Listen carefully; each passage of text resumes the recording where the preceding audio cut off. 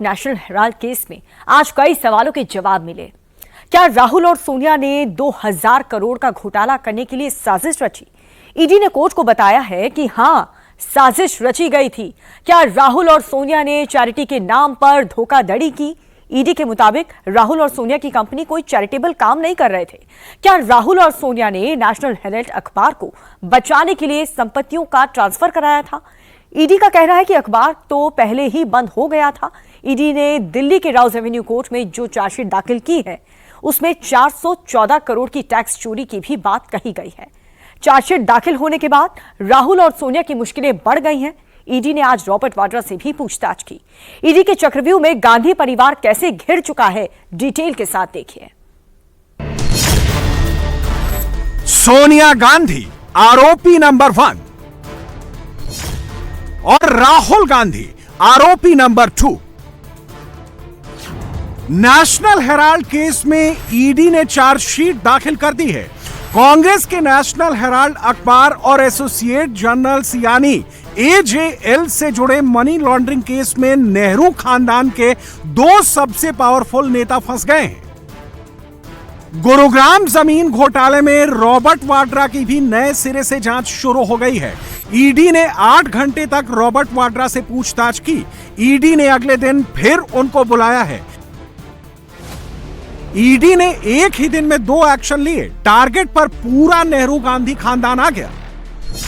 Sonia Gandhi Congress parliamentary party की chairperson है। राहुल गांधी लोकसभा में कांग्रेस के नेता होने के साथ साथ नेता प्रतिपक्ष भी हैं और रॉबर्ट वाड्रा की सबसे बड़ी पहचान कांग्रेस जनरल सेक्रेटरी प्रियंका गांधी वाड्रा के पति की है। सोनिया, राहुल और रॉबर्ट वाड्रा पर मुकदमे पुराने हैं, लेकिन ईडी ने पहली बार चार्जशीट दाखिल की है।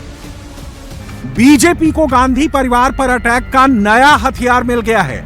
अब तक बीजेपी कहती थी कि नेताजी बेल पर हैं, अब बीजेपी कह रही है कि नेताजी चार्जशीटेड हैं। ये मामला दर्ज तब हुआ था जब मोदी जी की सरकार आई भी नहीं थी, अतः कांग्रेस पार्टी का इस पर राजनीति करने का आधार नहीं बनता है। टेक्निकली देखें तो यह भारत के इतिहास का एक विचित्र मामला है जिसमें कोई एक ऐसी कंपनी 90 करोड़ की देनदारी में बिक गई जिसके पास हजारों करोड़ की संपत्ति थी, जो किसी के द्वारा समझ में आने वाली बात नहीं है। तीसरी बात यह थी कि कांग्रेस पार्टी के द्वारा इसमें 76% शेयर सिर्फ राहुल जी और सोनिया जी के पास थे। मतलब राजनीतिक दृष्टि से बहुत साफ दिखाई पड़ता है कि 2/3 से अधिक सिर्फ आपके पास रहेगा और बाकी किसी के पास नहीं। और मजे की बात यह है कि बाद में ये ने तय किया कि प्रकाशन बंद हो जाएगा और प्रॉपर्टी के बिजनेस में काम करेंगे। ये अपने आप में बड़ी विचित्र बात है। पंडित जवाहरलाल नेहरू जी के द्वारा स्थापित ये तीनों अखबार इस कदर घाटे में कैसे चले गए कि वो बंद हो गए। कांग्रेस सरकारों ने उन्हें कोई सपोर्ट नहीं किया। बाकी तो छोड़िए, क्या कांग्रेस कार्यकर्ताओं ने भी सपोर्ट नहीं किया? अगर केवल कांग्रेस के 10% कार्यकर्ता भी नवजीवन, नेशनल हेराल्ड और कौमी आवाज खरीदते रहते तो उनके बंद होने की नौबत नहीं आ सकती थी और 90 करोड़ का घाटा तो 10 साल के अंदर चुटकी बजाते हुए पूरा हो जाता। तो कांग्रेस से भी पूछना चाहता हूं, अंग्रेजी में नेशनल हेराल्ड, हिंदी में नवजीवन, ये उर्दू में कौमी आवाज को भी आपको ग्राहक नहीं मिल रहे थे। लगाव उसकी संपत्ति से था, ना कि उसकी भावना से। नेशनल हेराल्ड केस में चार्जशीट दाखिल होने के बाद अब 25 अप्रैल को दिल्ली के राउज एवेन्यू कोर्ट में सुनवाई होगी। बीजेपी नेता सुब्रमण्यम स्वामी की शिकायत पर हो रही जांच की चार्जशीट में सैम पित्रोदा और सुमन दुबे का भी नाम है, लेकिन फोकस सोनिया गांधी और राहुल पर ही है। ईडी ने नेशनल हेराल्ड और एजेएल की जांच के दौरान कुर्क संपत्तियों को जब्त करने की कार्रवाई भी शुरू कर दी है। ईडी ने 661 करोड़ की अचल संपत्तियों को कब्जे में लेने के लिए नोटिस जारी किया है और किराएदारों से ईडी के खाते में किराया जमा कराने को कहा है। सोनिया और राहुल जिस केस में चार्जशीटेड हुए हैं, उस केस को डिटेल में समझने से पहले इसकी टाइमलाइन को जानना जरूरी है। 1937 में जवाहरलाल नेहरू ने एसोसिएटेड जर्नल लिमिटेड यानी एजेएल बनाया। 1938 में एजेएल ने 3 अखबारों का प्रकाशन शुरू किया। नेहरू ने नेशनल हेराल्ड, नवजीवन और कौमी आवाज निकाले। 1960 में एजेएल की आर्थिक हालत खराब होने लगी। कांग्रेस पार्टी ने एजेएल को बिना ब्याज वाला लोन दिया। 2008 से 10 के बीच कांग्रेस पार्टी ने एजेएल को फिर आर्थिक मदद दी। 2010 में कांग्रेस का एजेएल पर 90 करोड़ 21 लाख का कर्ज हो गया। इसी साल सोनिया और राहुल ने मिलकर यंग इंडियन लिमिटेड YIL नाम की कंपनी बनाई। कांग्रेस ने YIL कंपनी को रिकवरी का अधिकार दिया। लोन रिकवरी के बहाने young Indian limited company AJL की मालिक बन गई।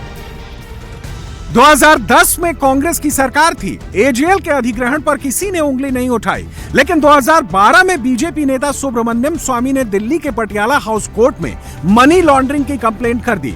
स्वामी का आरोप था कि दिल्ली के हेराल्ड हाउस की 2000 करोड़ रुपए की बिल्डिंग को साजिश रचकर केवल 50 लाख रुपए में खरीद लिया।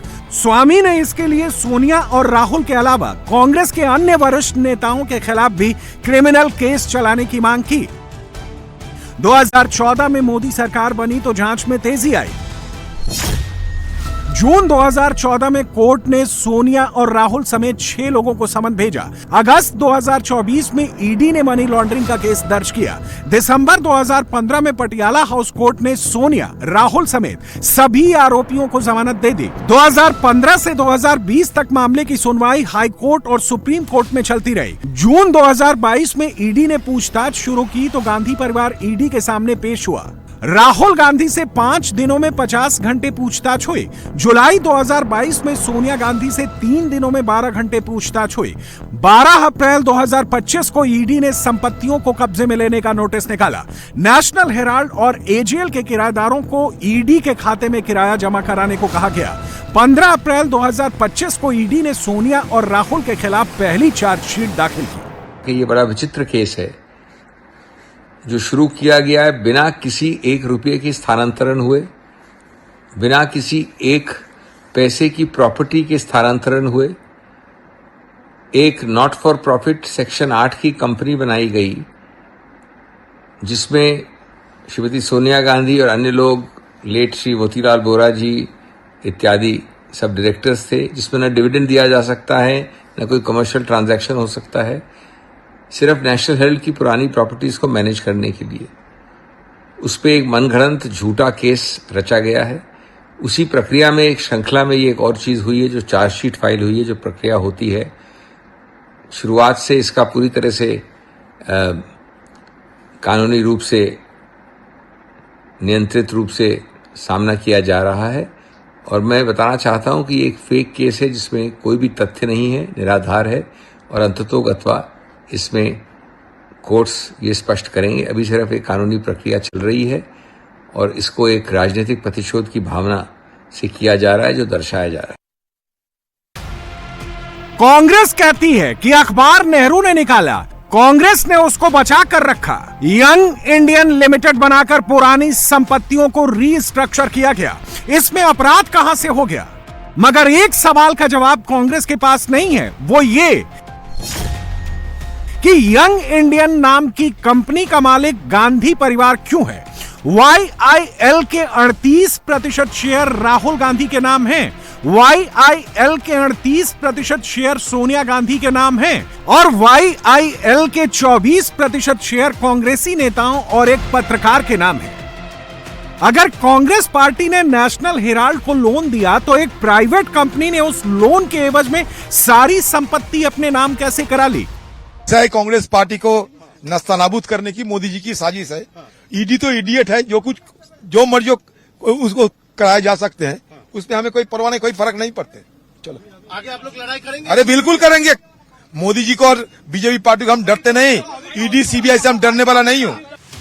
ईडी के दस्तावेजों में कुल 988 करोड़ रुपए के घोटाले का जिक्र है। चार्जशीट में भी 988 करोड़ ही लिखा हुआ है। आज मार्केट रेट पर उन संपत्तियों की कीमत इससे भी ज्यादा है। नेशनल हेराल्ड का यह घोटाला कैसे हुआ, इसका एक फ्लो चार्ट समझिए। AJL ने 2008 में अखबार का प्रकाशन बंद कर दिया। AJL की करोड़ों की संपत्ति हड़पने का प्लान बना। 23 नवंबर 2010 को यंग इंडियन बनाया गया। एजेएल, यंग इंडियन और एआईसीसी में एक ही ग्रुप के लोग रखे गए। 90 करोड़ 21 लाख का लोन सिर्फ 50 लाख में यंग इंडियन को ट्रांसफर कर दिया गया। यंग इंडियन ने एजेएल को 90 करोड़ 20 लाख का लोन चुकाने के लिए कहा। लोन चुकाने के बदले इक्विटी कन्वर्जन का विकल्प दिया गया। एजेएल ने यंग इंडियन को 9 करोड़ 2 लाख 10 हजार शेयर जारी किए। इस तरह यंग इंडियन के पास एजेएल के 99% शेयर आ गए। एजेएल के बाकी शेयर होल्डर्स के पास केवल 1% शेयर रह गया। खास बात यह है कि एजेएल, यंग इंडियन और एआईसीसी में ये सारे फैसले एक ही ग्रुप के लोग कर रहे थे। सोनिया गांधी और राहुल गांधी तीनों संगठनों में शामिल थे। इस तरह एजेएल की 99% संपत्ति सोनिया और राहुल के कब्जे में आ गई। हम आपको नेशनल हेराल्ड की वो संपत्तियां दिखाते हैं जिन पर विवाद है और जिनको ईडी ने अपने कब्जे में लेना शुरू कर दिया है। मुंबई के पॉश बांद्रा इलाके में एजेएल यानी नेशनल हेराल्ड की ऑफिस बिल्डिंग 9 मंजिल की है।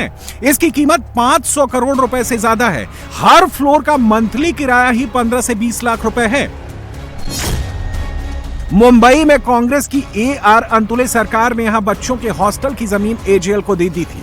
यहां से नेशनल हेराल्ड का ऑफिस नहीं चलता, ना ही यहां से अखबार छपता है। मुंबई के एजेएल ऑफिस के ऊपर का 2 फ्लोर जिंदल स्टील वर्क्स ने किराए पर लिया है। इस वक्त हमें मुंबई के बांद्रा स्थित एजेएल हाउस के बाहर इसी बहुमंजिला इमारत के 7वें, 8वें और 9वें फ्लोर की जो संपत्ति है वो एजेएल की है।